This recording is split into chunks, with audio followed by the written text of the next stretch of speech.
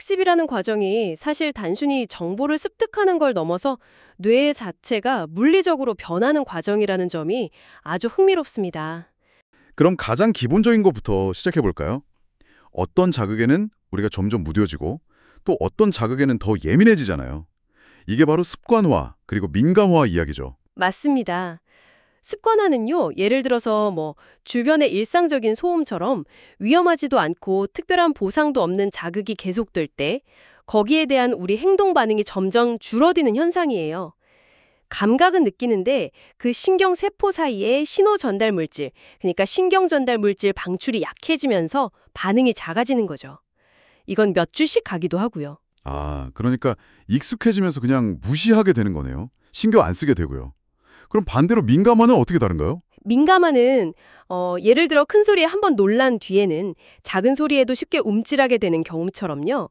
어떤 강하거나 위협적인 자극을 겪고 나면 다른 여러 자극에 대해서도 전반적으로 반응성이 높아지는 현상입니다. 이것도 습관화처럼 그 시냅스 이전 뉴런, 신호 보내는 쪽 뉴런에서 신경 전달 물질 분비량이 변해서 생기는 거고요. 재밌네요. 그러니까 같은 원리로 작동하는데 결과는 정반대네요. 하나는 반응 감소, 하나는 반응 증가. 그럼 이런 단기적인 반응 변화를 넘어서 학습이 뇌에 좀 더 오래가는 흔적을 남기는 과정, 세포 수준에서는 어떤 일이 일어나는 건가요?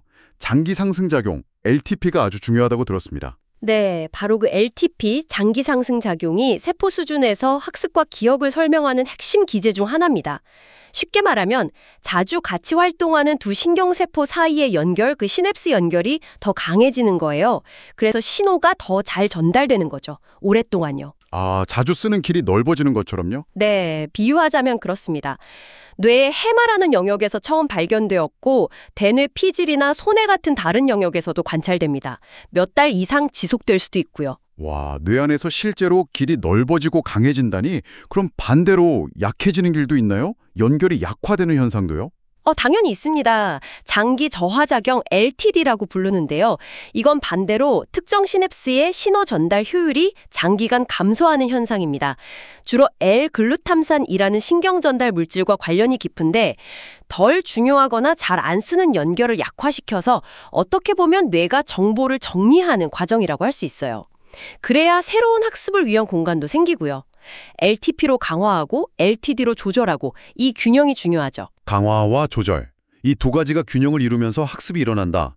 이 세포 수준의 변화, 특히 연결 강도가 변한다는 개념은 햅이라는 학자의 이론과 아주 밀접하게 연결되는 것 같은데요. 햅은 학습이 바로 이런 뇌의 물리적 변화라고 봤다고요? 정확합니다.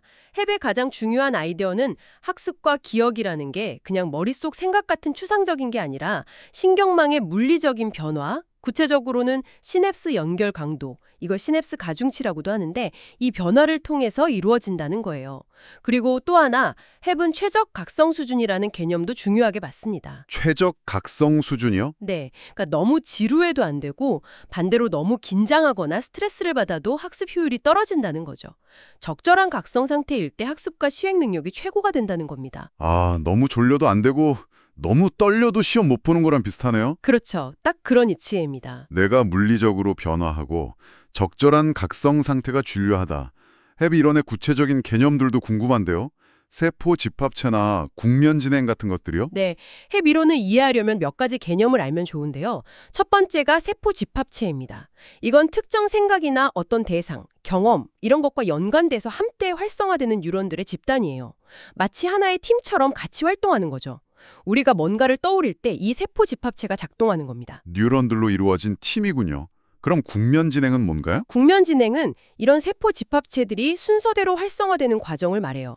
마치 생각이 흘러가는 것처럼요. 하나의 세포 집합체가 활성화되면 이어서 다음 관련된 세포 집합체가 활성화되고 이런 식으로 생각이나 아이디어가 연결되는 과정을 신경망 수준에서 설명하는 거죠. 아하, 뉴런 팀들이 순서대로 바통을 이어받는 이어달리기 같은 거네요? 감각 박탈이라는 개념은 이것들과 어떻게 연결되나요? 감각 박탈은 특히 초기 발달에서 중요한 개념인데요. 어린 시절의 다양한 감각 경험이 부족하면 이런 세포 집합체나 국면 진행 자체가 제대로 발달하기 어렵다는 거예요. 이게 나중에 인지 능력이나 정서, 지능 발달에도 영향을 줄 수 있다는 점에서 초기 경험이 뇌 구조 형성에 얼마나 중요한지를 보여주는 거죠. 그 외에도 새로운 정보가 뇌에 단단히 자리 잡는 공고화 과정이나 경험을 통해 뇌 구조 자체가 변하는 가소성 같은 특징들도 다 학습과 기억을 가능하게 하는 뇌의 중요한 속성들입니다. 정말 뇌는 경험을 통해서 계속 스스로를 만들어가는 존재군요. 자, 그럼 마지막으로요. 이런 신경망 이론과 우리가 또 자주 듣는 정보처리 이론, 이 둘은 학습을 어떻게 다르게 보나요? 차이점이 뭘까요? 네, 중요한 질문입니다. 정보처리 이론은 흔히 뇌를 컴퓨터에 비유하죠. 정보와 단계적으로 하나씩 순서대로 처리되고 어떤 논리적인 규칙에 따라 결과가 예측 가능하게 나온다고 보는 경향이 강합니다.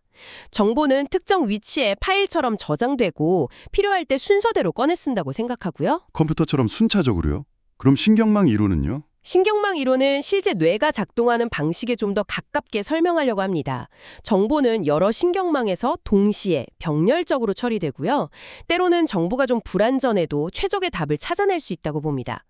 학습 과정 자체도 정해진 절차보다는 학습자 스스로 패턴을 발견하고 규칙을 만들어가는 더 유연하고 예측하기 어려운 측면이 있다고 설명하죠. 정보 저장 방식도 다른데요. 특정 위치가 아니라 관련된 정보들이 네트워크 전체에 분산되어 저장되고 하나를 떠올리면 관련된 것들이 마치 그물처럼 함께 인출되는 방식이에요. 발견식 접근을 더 강조하고요. 그러니까 정보 처리 이론은 순차적이고 예측 가능한 컴퓨터 모델에 가깝다면 신경망 이론은 병렬적이고 유연하고 스스로 연결을 만들어가는 실제 뇌의 작동 방식에 더 가깝게 보려는 거군요. 네, 그렇다고 할 수 있습니다. 여러분이 무언가를 배울 때 어떨 땐 차근차근 단계를 밟지만 또 어떨 땐 갑자기 여러 정보가 연결되면서 아하 하는 순간이 있잖아요. 신경망 이론은 그런 측면을 설명하는 데 좀 더 유용할 수 있죠.